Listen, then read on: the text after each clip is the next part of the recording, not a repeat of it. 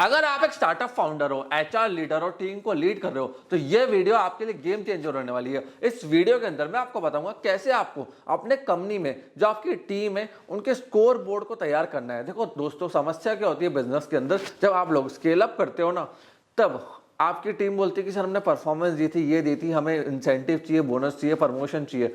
अब आपके पास कोई क्लियर सेट ऑफ रिकॉर्ड्स ही नहीं होता, किसको प्रमोशन देना है, किसको नहीं देना, किसको रोकना है, किसी को बाहर निकालना है। उसके लिए बनाए जाते हैं स्कोर बोर्ड। जितनी भी बड़ी कंपनीज होती है, इन्फोसिस, जोमैटो, टाटा, रिलायंस, सारी कंपनियां स्कोर बोर्ड तैयार करती है। स्कोर बोर्ड की मदद से आप क्लियरली देख सकते हो कि मुझे प्रमोट किसको करना है, बाहर किसको करना है, रिटेंशन किसका करना है।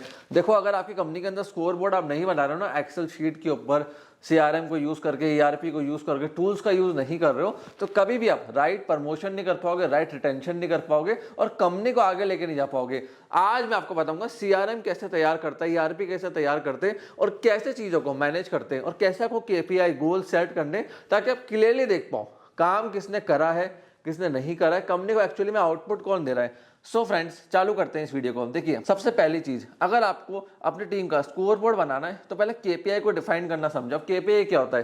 केपीआई ये होता है परफॉर्मेंस इंडिकेटर, मतलब की परफॉर्मेंस इंडिकेटर, कि भैया कौन इस एरिया पे और कौन इस चीज के ऊपर परफॉर्मेंस दे रहा है और कैसे देगा और मेजर कैसे करोगे। लेट सपोज रेवेन्यू लाने का काम है, तो अगर आपका एक ऑपरेशन हेड है और आपका एक सेल्स का वाइस प्रेसिडेंट है, तो जो सेल्स का वाइस प्रेसिडेंट है उसका काम होता है रेवेन्यू लाने का। हम जब उसका केपीआई देखेंगे, हम देखेंगे भैया 20 लाख की सेल करी नहीं करी, 50 लाख की सेल करी नहीं करी।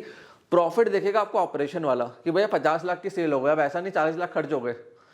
वाइस प्रेसिडेंट को आपके प्रॉफिट नहीं देखना, प्रॉफिट देखना आपके ऑपरेशनल हेड को। तो आपको एक की मैट्रिक्स डिफाइन करना आने चाहिए। छोटी कंपनी है तो सारी चीजें हो सकता है आपको ऑपरेशन हेड ही देख रहा हो, बड़ी कंपनी है तो अलग अलग पोजीशन पे आपको अलग अलग लोग चाहिए होंगे। देखो, जोमैटो ने अपने जो स्कोर बोर्ड बनाए हैं डिलीवरी बॉय के लिए बहुत अच्छे से बनाए, जैसे डिलीवरी में कितना टाइम उसका लगा, कस्टमर रेटिंग क्या है, नंबर ऑफ ऑर्डर्स क्या है। अब इन्फोसिस भी ऐसे ही करता है, अगर वो किसी सेल एग्जीक्यूटिव को लेकर आता है, उनको हाइक देता है, प्रमोशन देता है, तो सारे एसओपी प्रोसेस फिक्स्ड है कि भैया इसने रेवेन्यू कितना जनरेट करा, डील्स कितनी क्लोज करी, कितने लीड्स को ग्रीन करा, कितना जल्दी ये पैसा लेकर आया, कितने एडवांस में पैसा ये लेकर आया, उसके बेसिस पे प्रमोशन और इंसेंटिव देते हैं। टीसीएस ने भी अपने इंजीनियर्स का स्कोर बोर्ड बना रखा है, नंबर ऑफ बग्स फिक्स, कि इतने बग्स इसके पास आए थे और इतने इसने फिक्स कर दिए और कितने टाइम फ्रेम में करे। इन सब के लिए आपको सॉफ्टवेयर सिस्टम भी चाहिए होते हैं, क्योंकि देखो, बिना सॉफ्टवेयर सिस्टम के आप कभी भी धंधे को स्केल नहीं कर पाओगे। और मार्केट के अंदर आपको लग रहा है ये चीजें बहुत महंगी, नहीं है, बहुत सारे ऑप्शंस अवेलेबल है। 10,000 से लेके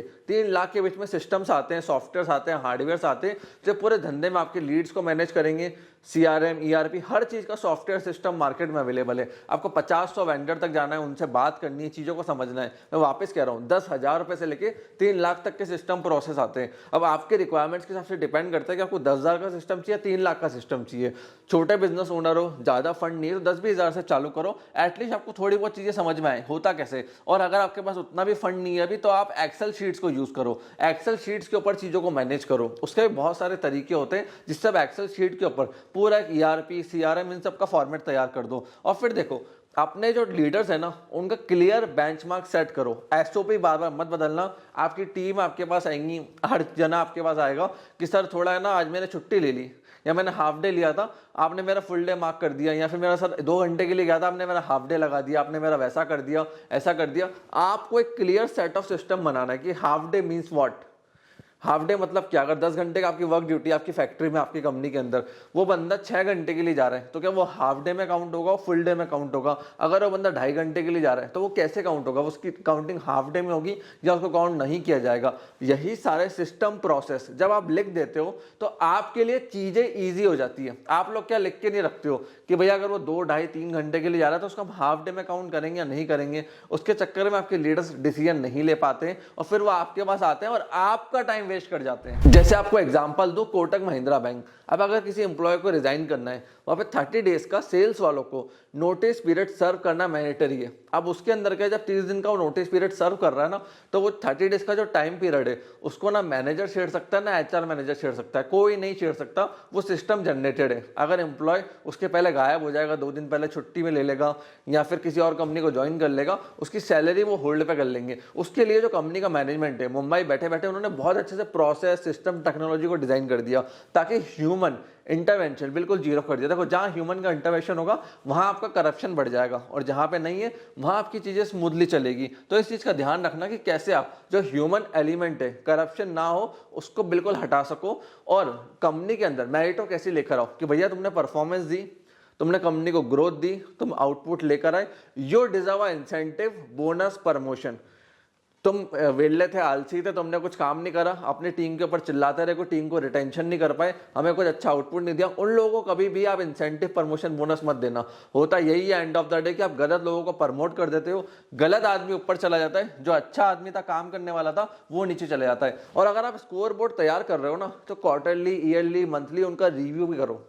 बड़ी बड़ी कंपनियां, टीसीएस अपने सारे स्कोर बोर्ड्स को क्वार्टरली रिव्यू करती है। अब देखो जो टॉप हेड है वो नीचे वाले के करेगा, फिर नीचे वाला अपने नीचे वालों के करेगा, उसके नीचे वाला और नीचे वालों करेगा, ऐसे कंपनी का स्ट्रक्चर पूरा तैयार होता है। तो परफॉर्मेंस रिव्यू से क्या होता है, आप देख सकते हो ग्रोथ किसको देनी, चल क्या रहा है। इवन रिलायंस रिटेल भी आज जो इतना बड़ा मुकेश अंबानी चेन बनाया है, वो भी इसी पैरामीटर्स के ऊपर चलता है। कि लेट्स सपोज एग्जांपल दे रहा हूं आपको, अगर रिलायंस रिटेल का एक स्टोर मैनेजर है जयपुर के अंदर, अगर उनके 20 स्टोर है, उस पर एक स्टोर मैनेजर है, तो उसका केपीआई ग्रोथ ट्रैक कैसे बनाते हैं, पहले देखते हैं सेल्स ग्रोथ, कि उस आउटलेट पे सेल्स कितनी हो रही है, उस पर रिटेल चेन के ऊपर। फिर इन्वेंट्री मैनेजमेंट कैसा चल रहा है, ऐसा तो नहीं कि स्टॉक आ रहा है, बिक ही नहीं पा रहा है, बहुत ज्यादा माल खराब पड़ा हुआ है, सेल तो ला रहा है बट स्टॉक भी साथ साथ उतना ही खराब कर रहा है, क्योंकि उससे कंपनी के लॉसेस बढ़ेंगे। तीसरी चीज कस्टमर सेटिस्फेक्शन, ऐसा तो नहीं सिर्फ बेचने में लगा हुआ है। तो तीन चीजें रिलायंस देखता है किसी भी स्टोर मैनेजर के प्रमोशन के लिए, इंसेंटिव के लिए। और ऐसे ही बड़े बड़े कंपनीज ने अपने प्रोसेस को डिजाइन करा है। जैसे एचडीएफसी बैंक की बात करूं तो इनका रिलेशनशिप मैनेजमेंट जो मैनेजर होता है लोन का, उस पर ये 3-4 पैरामीटर्स देखते हैं। पहली चीज लोन कितना इसने बांटे, दूसरा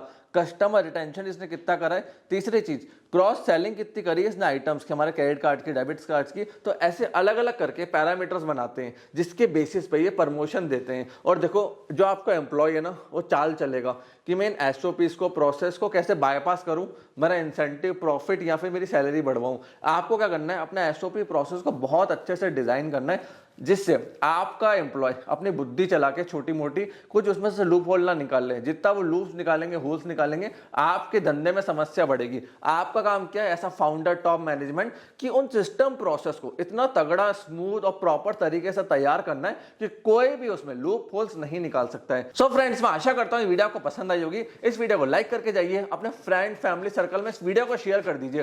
कोई डाउट, क्वेश्चन है आपका, कमेंट सेक्शन ओपन है, कमेंट कीजिए। आपने वीडियो को यहां तक देखा, हम लोग सपोर्ट दिया, उसके लिए धन्यवाद।